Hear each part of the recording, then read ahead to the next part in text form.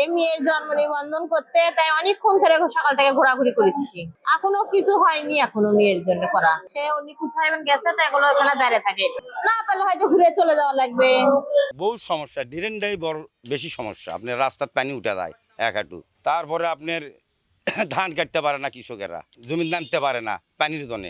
অন্য অন্য সাইডে আপনার রাস্তাঘাট হচ্ছে, এখন আমাদের এই বেদরা এইখানের ভিতর কোনো রাস্তাঘাট হয়নি। আমাকে তো ট্যাক্স ভ্যাট সবই লাই, কোনো সুযোগ সুবিধা আমরা পাই না, কোনো রকমের সুযোগ সুবিধা আমাকে দেয় না।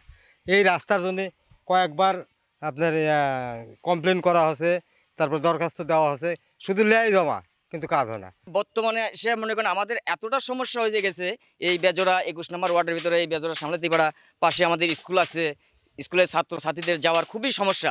একটু বর্ষা বাদল যখনই শুরু যায় পানিতে মনে করেন রোডঘাট মনে করেন ভর হয়ে যায়।